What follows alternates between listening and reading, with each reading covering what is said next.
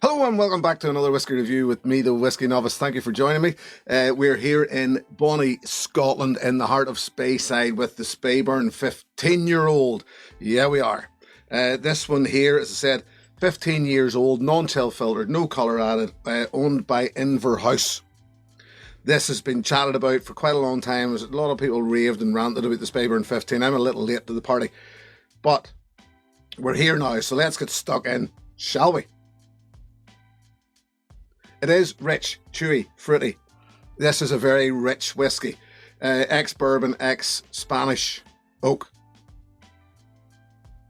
And it is, I'm going to suggest once again, a classic sort of style of whiskey.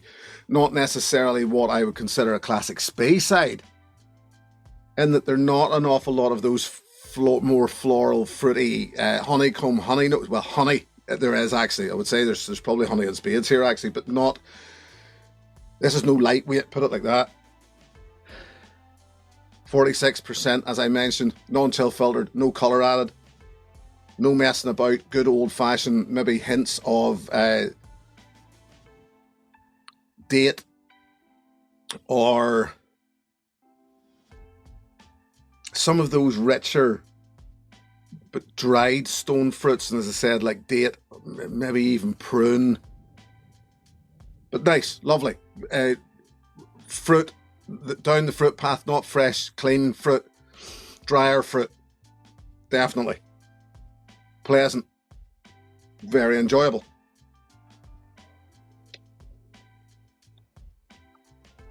Palate. Sweet and sour arrival. Rich on the palate once again.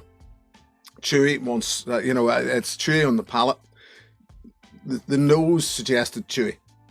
Rich, all that dried fruits back. Thick, viscous, old school whiskey. That little bit of age, I would suggest, rounding off the edges. Working well at that, it works well at that age.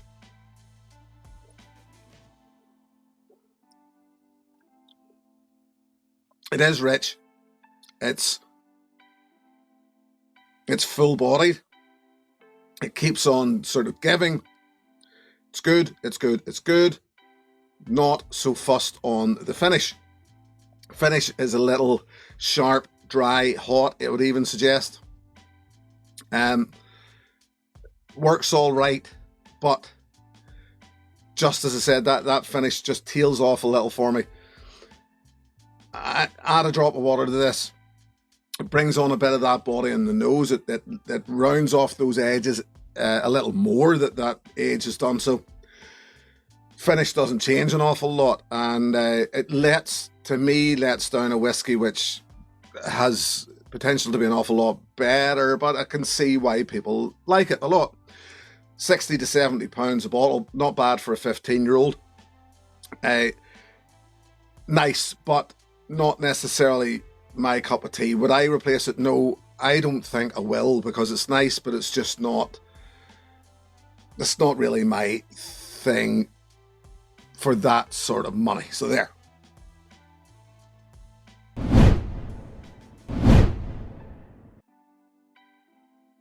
So what would I suggest to you as an alternative? Well, it did actually remind me of something. I said about the finish, I said about that sharp, almost dry, something about the finish just didn't work, and it reminded me of this, the un-10-year-old, another very highly thought of whiskey, and another one that for a lot of people works incredibly well, but for me didn't. For me, was let down a little by that finish.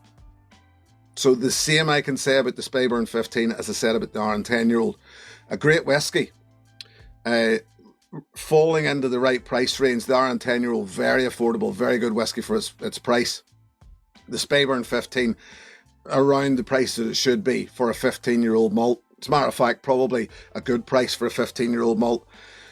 For me personally, remembering this is all a personal thing, finish just lets it down a little. Same I said about the un-10-year-old. So, that's why I've chosen that as my alternative here. So there you go. As I said, Speyburn 15, lovely, but not for me. I can understand why people love it. That's about it. Thank you very much for joining me once again. Thank you very much to my patrons. Always a pleasure to have them in. Can't thank them enough for the support. I'll be back next time, something slightly different. Until then, here's to your good health. Cheers. Hey, thanks for watching my video. Please click and subscribe to be notified of further content.